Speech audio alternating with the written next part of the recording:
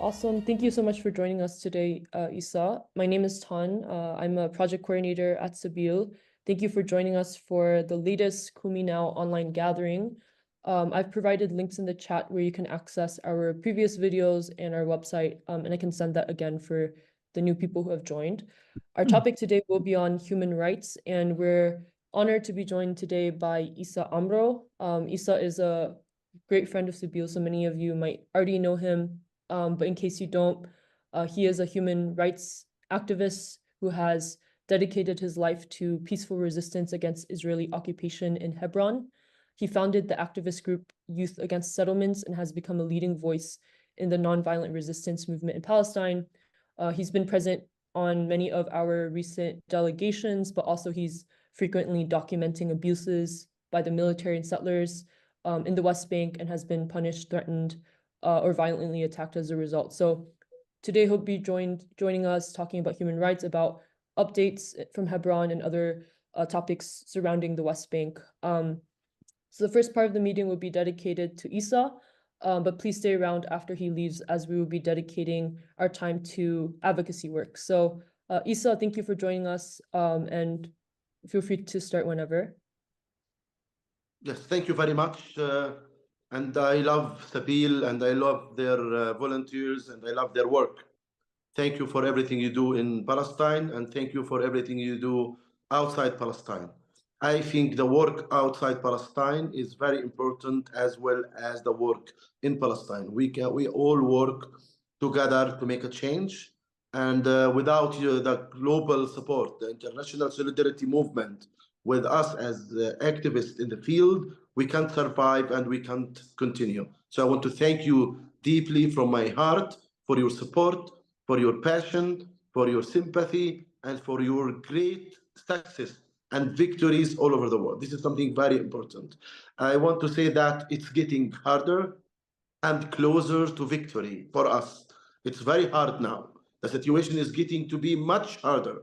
But that means we use this opportunity, to make a change, to transform the threats, the current threats with Trump administration and with Netanyahu, Smotrich, Bengvir, government, with the Trump administration. They will, do the maximum of what they can do, and we should do, and we should be ready to do the maximum of what we do. At the end, we will win. At the end, we will make a change. At the end, we will have freedom and justice for everybody. Now, the situation in the ground is really hard.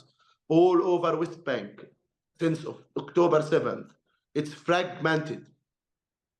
Hundreds of checkpoints and closures. Nobody can count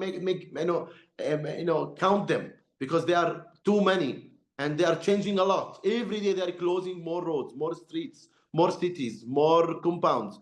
So they work since October 7th to isolate the villages from each other, the villages from the cities from the other cities.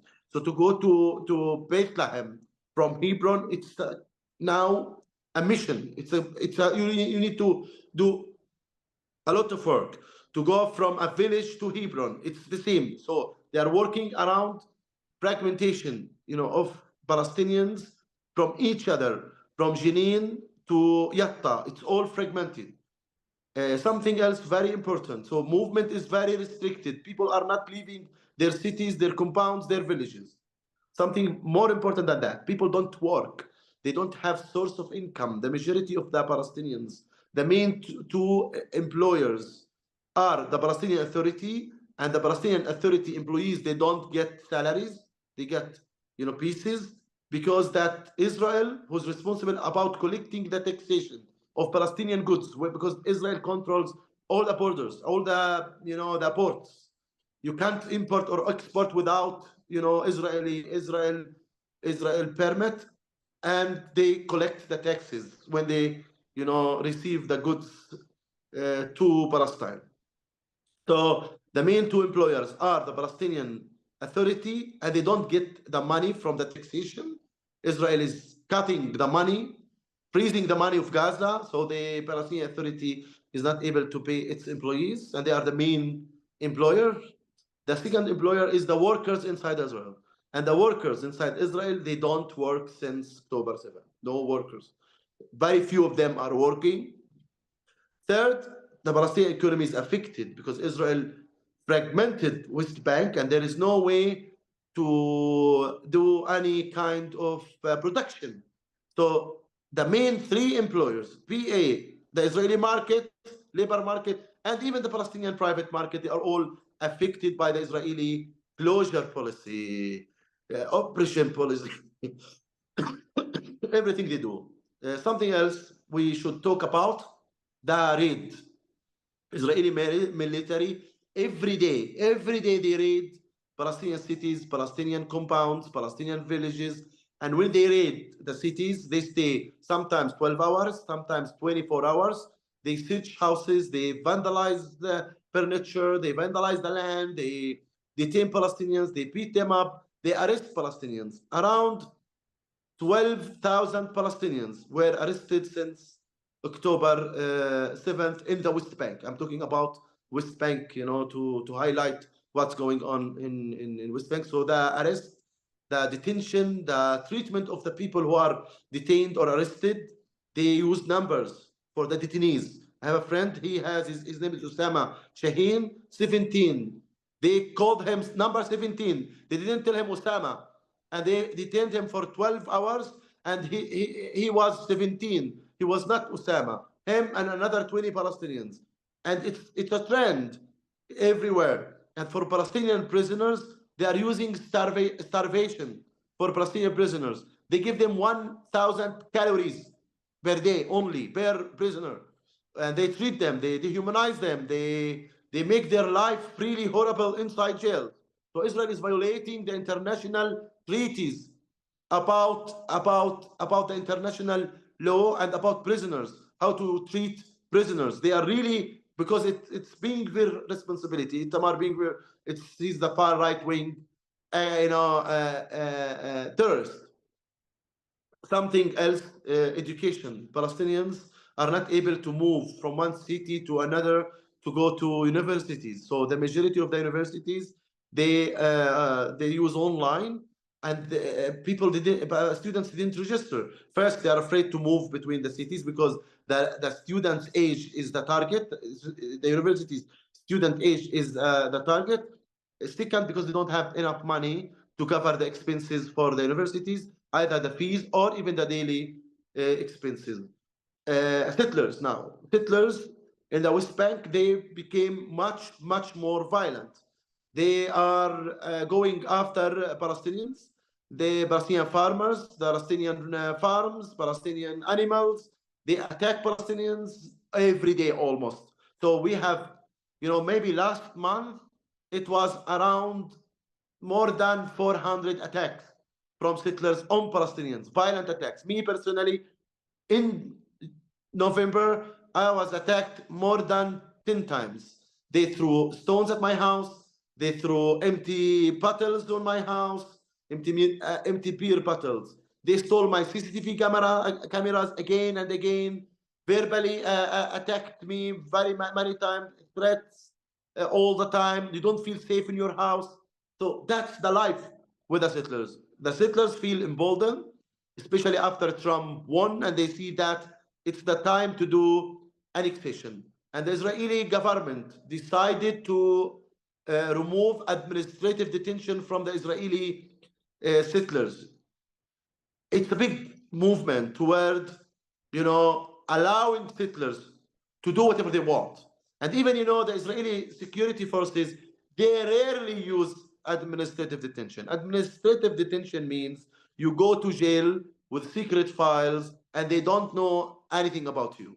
And the real terrorists who killed Palestinians, the Israeli police can't arrest them, so they put them in administrative detention. So there were few cases of administrative detention.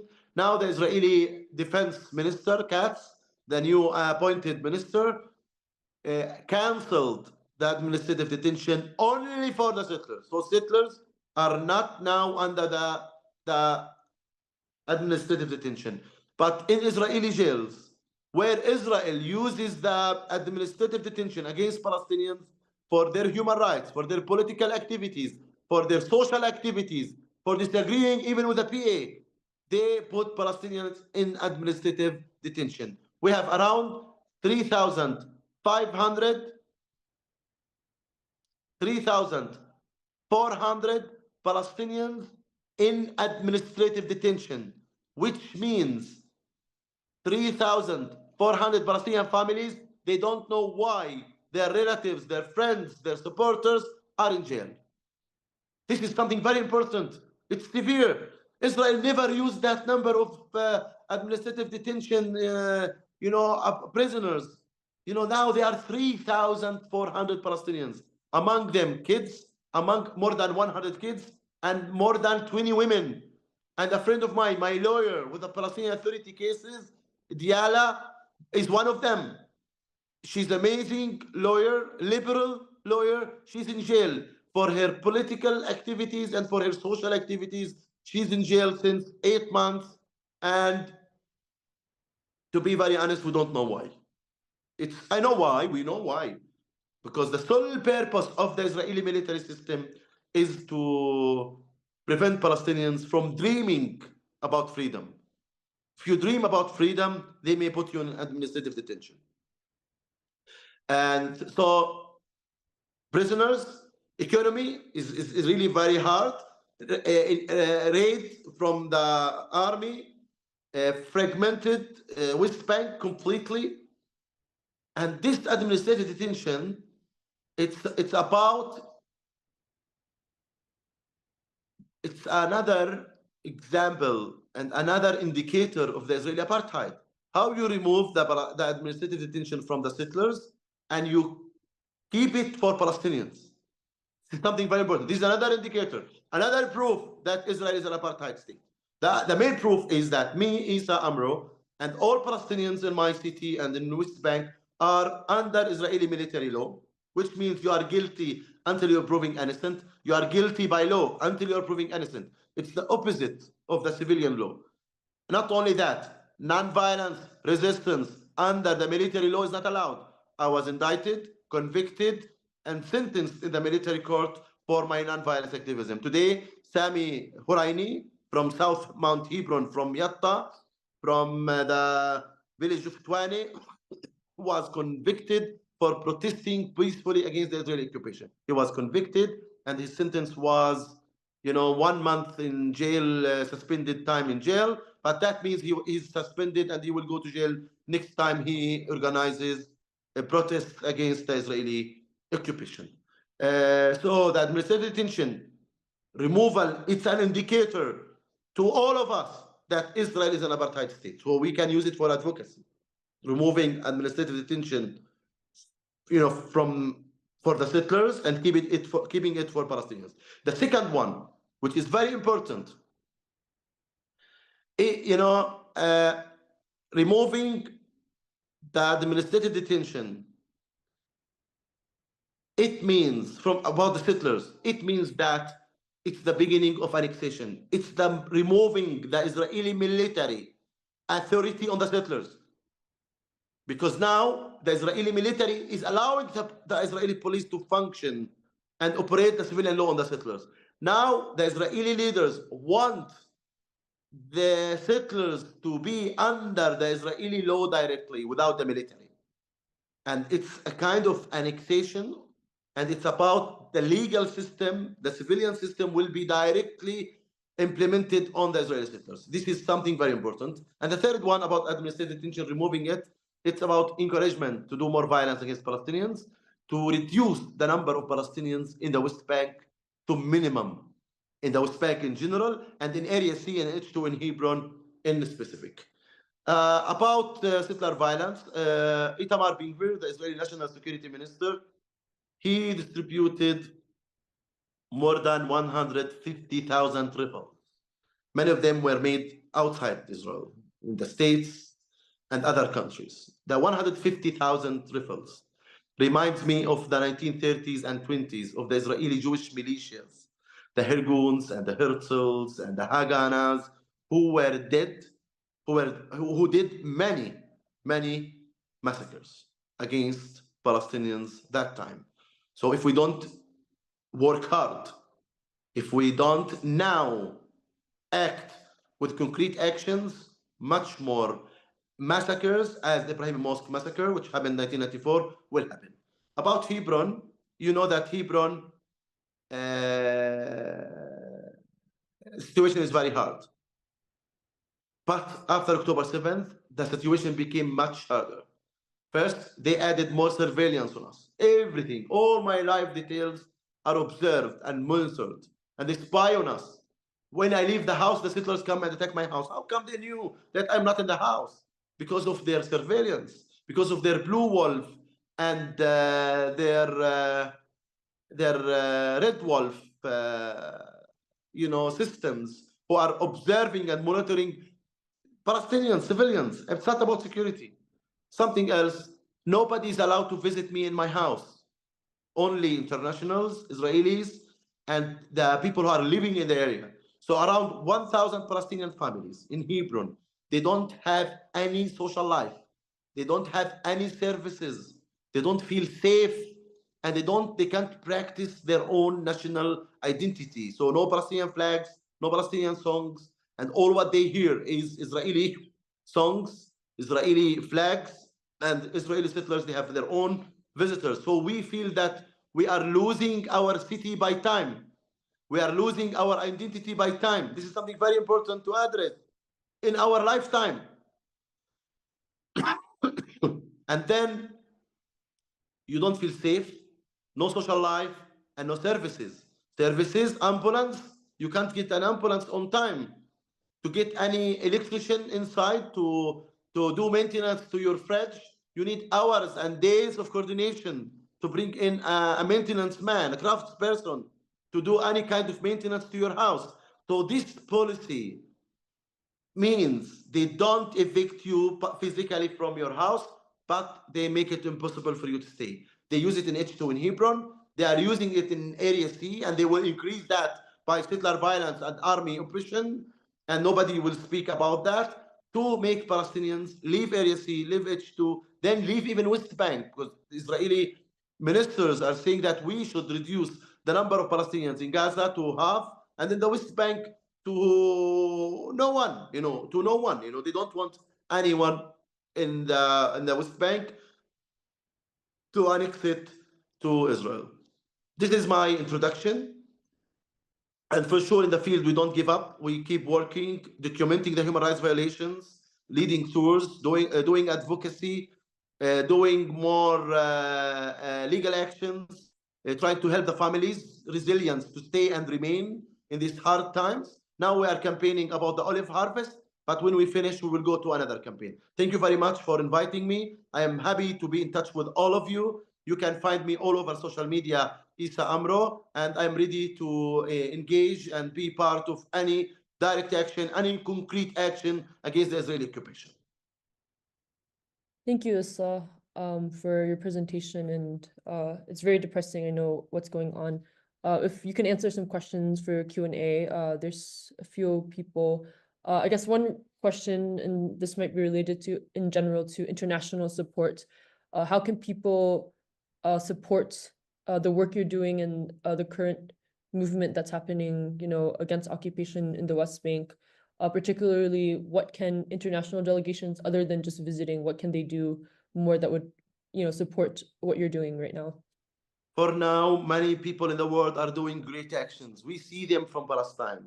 We see them. We see their support. We hear their voices when they are in the street shouting. We see their tweets. We see everything they do for us. And this means energy. This means protection for us. So everybody is doing something for Palestine is very important. And we like it, and we love it, and we feel stronger. It's our energy. It's our protection. You are our shield. This is something very important. You are doing great. The movement, the international pro-Palestine movement is doing amazing. They should get Nobel Prize. They should get all prizes in the world. They are the ones who are making huge difference on the ground. We are not able to do whatever we want. But our friends outside Palestine, they're doing amazing. Thanks to all of them, especially the people in Sabil and all the other movement. And our movement should be united, and we put aside all our disagreement. We should be united now. What you can do, be creative. This is something very important. Be creative. Think about how to make the occupation costly and make it part of your daily routine. Media, networking, advocacy, protesting, legal work, writing to families, donation to our movement, fundraising, creating ideas, be connected, be together. All of that together can make a change. And choose any one of them, choose what you can do, and we will win. I feel it. It's harder now, but we are closer to the win. And has there been, you mentioned that there's been some work that you've done to support your community in Hebron. Have there been any successful cases, whether that be with those who have been imprisoned or, just successful cases of supporting other families? We are having daily victories against the occupation where I live. We protect the families, we put fences, we strengthen their doors. Now we are working on a surveillance, counter surveillance project. They have their own surveillance, we will have our own surveillance as well. We are working on that. We are collecting funds for that, the counter surveillance. We do some kind of training to the families, how to defend themselves, how to protect themselves, how to protect their houses. We do a lot of media, and we have a lot of media successes these days. But we keep many families inside their homes, and even we brought back families who left. And last weekend was Shabbat Sarah. It was very violent days.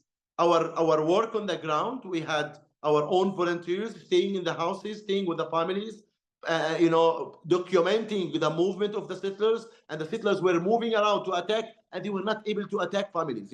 They threw stones at us, they threw buttons, but from far. They didn't manage to break into any house. This is a big success for us. We managed to reduce their violence to minimum out of our experience, how to deal with them. So we do work. We have a lot of victories. Now we are working hard about the olive harvest campaign. The Israeli military is not allowing us, but we are insisting to go and have really pressure on the Israeli military to make it a really big deal. And are there ways for people to support the protective presence? Because I'm assuming there's activists also coming to Hebron to support some of the work. So has there been, more groups coming? To be very honest, we need more groups. We want volunteers on the ground with us and online. So if anybody wants to volunteer and support our work in Palestine, in Hebron, or online, be in touch with me or be with Sabil, and we can work together. Awesome, thank you. And I think Youth of Samud, or Youth Against Settlements, they have a website for donations, I'm assuming. Yes, I can send you the sponsor who's Awesome. sponsoring us. This is another organization who sponsor our activities. It's called Friends of Hebron. And related to this, someone asked that you talked a lot about human rights violations, and in terms of the general question about how can these human rights be respected, do you have any insight on that question? ICC managed to issue a search warrant against Netanyahu and Gallant. That is a big deal for us. It's because of you, because of your work, because of our supporters' work outside Palestine. Now, the Israeli Prime Minister is a war criminal. It's a big deal. So we do well. We are in the right track. We are in defense. We are in resistance. We are not there yet, but we will be. This is something very important. Don't at all. Don't ever lose hope. Hope is our resilience. Hope is our engine to continue, because we are working on the right side. We are doing everything. Even our dreams are according to the international law. So we are the ones who are, protecting the international law now, protecting the international institutions to stay, to keep peace, and to prevent wars, and to prevent genocide, and to prevent torture against all civilians, all human beings all over the world. It's not only about Palestine. Israel is damaging the international peace mechanism. Israel is damaging the international mechanism to prevent wars and to make war criminals accountable. But we, the Palestinians, with our supporters from outside, we are the ones who are protecting everybody in the world to protect the international law and follow the international treaties and the human rights. It's you. It's not only about Palestine. It's about everybody. Yeah, thank you, Issa, for that. And in terms of B'Tselem and other human rights organizations, someone also asked if they still have a presence in Hebron and documenting this as well. We have Breaking the Silence. They are ex-soldiers. They come to Hebron with tours. They do amazing tours. You can get a testimony from an ex-soldier about what the Israeli military human rights violations, what they were doing when they were in the military. And by the way, they are collecting amazing testimonies from Gaza now. Wait their testimonies, wait the soldier testimonies who talked about what they did or what other soldiers did in Gaza. This is something very important. So we have organizations as Breaking the Silence, Yeshdin, B'Tselem sometimes do good work. So really we work together to make the occupation costly, and we don't hide that. We are very proud of our joint activities and actions to make the Israeli occupation costly, to end apartheid, and to end the genocide in Gaza. This is without any doubt. We work together. Thank you, Issa. If there are other questions, I'll try to ask it. Please put it in the chat. But thank you so much, Issa, for your advocacy and your witness. I think your presentation, your talk really inspired us, and I hope that everyone in the chat will continue to bear witness and do advocacy around the world. Randy, you have a question. Yes, there was a question in the chat earlier about buying Palestinian goods and whether or not this was helpful or not in supporting Palestinian families. I know for many years we've been selling Palestinian olive oil, but I was concerned about the question that because of the taxes that have to be paid, is this more of a burden, or is this something helpful? It's not only helpful, it's the philosophy we use. Level up Palestinians. The gap is so high between Palestinians and Israelis.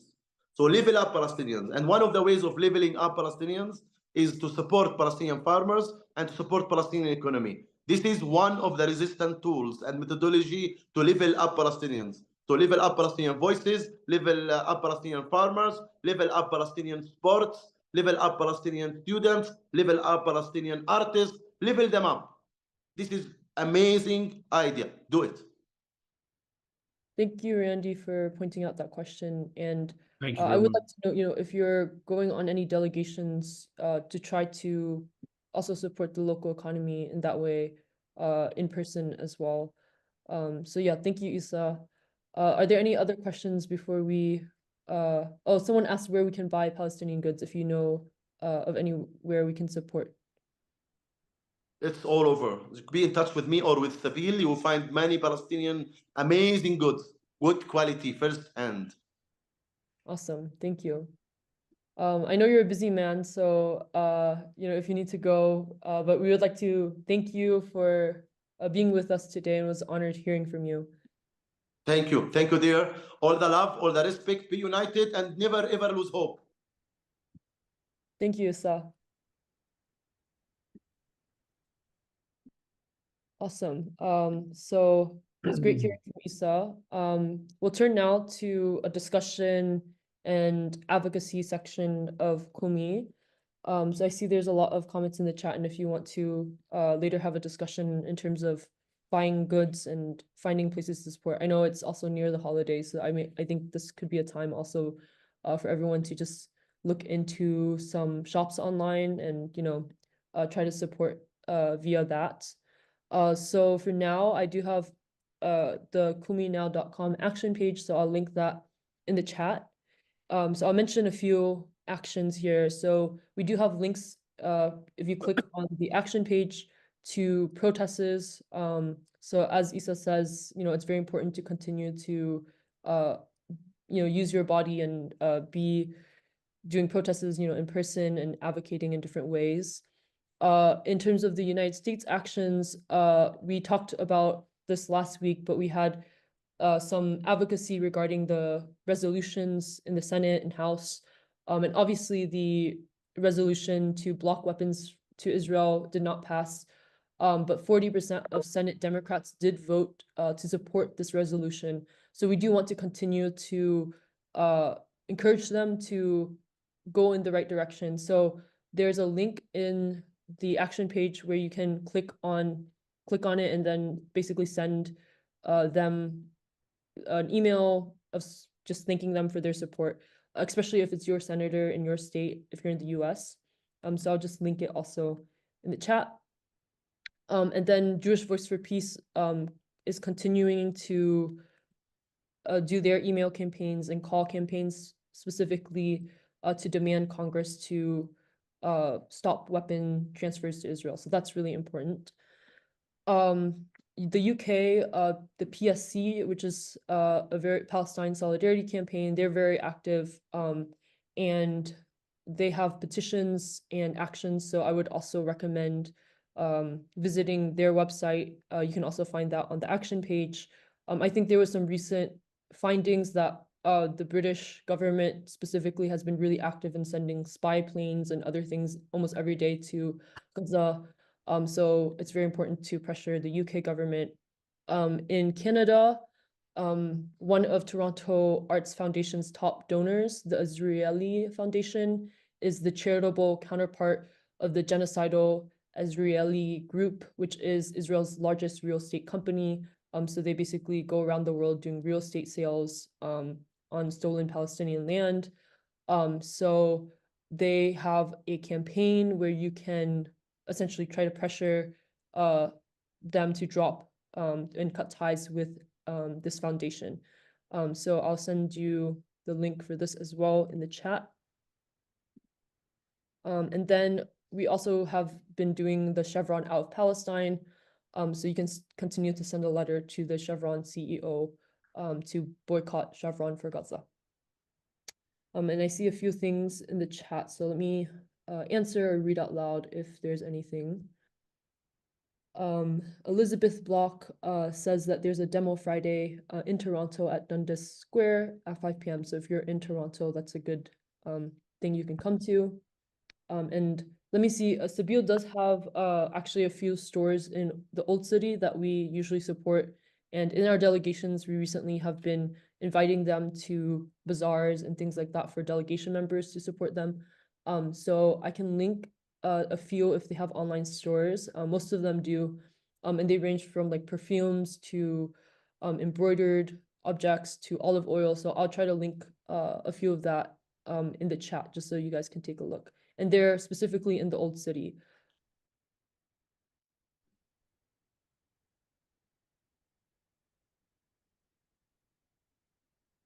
Tan, Yes. am I pronouncing your name correctly? Yeah, pronouncing it perfectly. Okay. So one suggestion that I have is I noticed in the chat the thing about buying the creches in Bethlehem, or from Bethlehem, I should say. One thing that we're going to be doing, our Ithaca Catholic Workers has kept the baby Jesus in the rubble all year. And I had my rubble out in the front of my house with the Jesus. And we can do it again. It's god awful that I still have that crumbled cinder block down the end of the alley, and I'll be pulling it out again a year later. This is just sinful. Anyway, it's a suggestion. And we did bring a wheelbarrow to the local church and had the whole nativity scene with people dressed up. Diane Rowe was with us, and we had sacred songs and candles and all of that. So it really drew attention to the church. Thanks. That's wonderful, Marianne. Thank you for sharing. It would be good to see you. So can I say something? Yes, of course. In addition to that, I have a baby in the rubble in my window on Market Street, and the rubble that I'm using is actual rubble from demolished Palestinian homes where I witnessed the demolitions back in like 1998 and 99. And now there is a documentary from Al Jazeera about one of the families that was so prominent in the demolitions. I have rubble from his place, Atta Jabber, and I am going to show that documentary, and I hope also to show what Isa just said. It brings back so many realities to me. What is happening right now? Yeah. So I live very close to where Marianne lives. She's in Ithaca, and I'm in Corning, New York. So yeah. So, and thank you so much, Sabine, for everything you're doing. Thank you so much, Diane. And it's great you guys live near each other.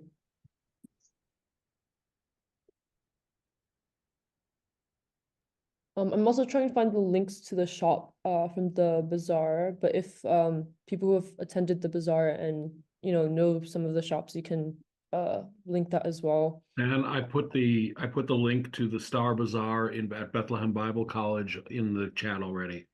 Yeah, and they're great. They actually, I think, source products throughout Palestine. So they have like a variety of goods that you can take a look at. And obviously it's a Christian college, so you're also supporting them by buying from them.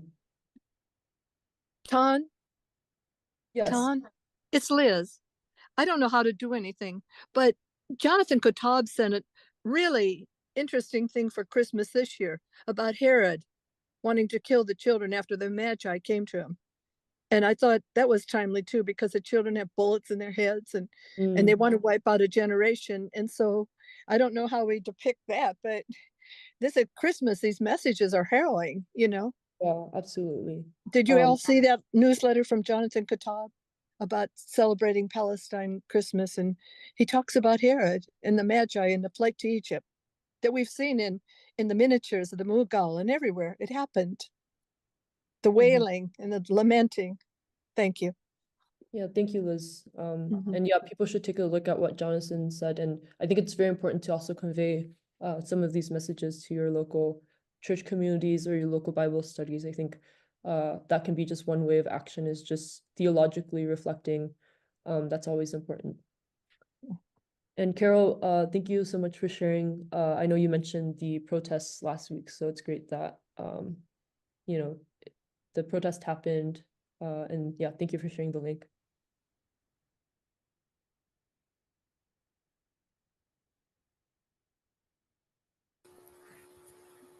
Middlesbrough was quite active. On Sunday, we had a group that went down to support in London, and there was also a goodly number of us out in the centre of Middlesbrough. So there was a lot of energy that we sent people down south, and we were here too, to send out the word, let people know what's happening. Yeah, thank you, Dorothy.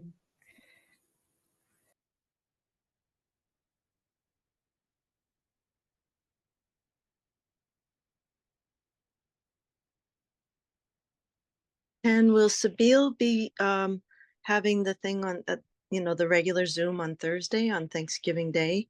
Yes, we're still intending to have this. I think Stephen Sizer is presiding over this one as a guest speaker. Yes. Excellent. Thank you. Okay.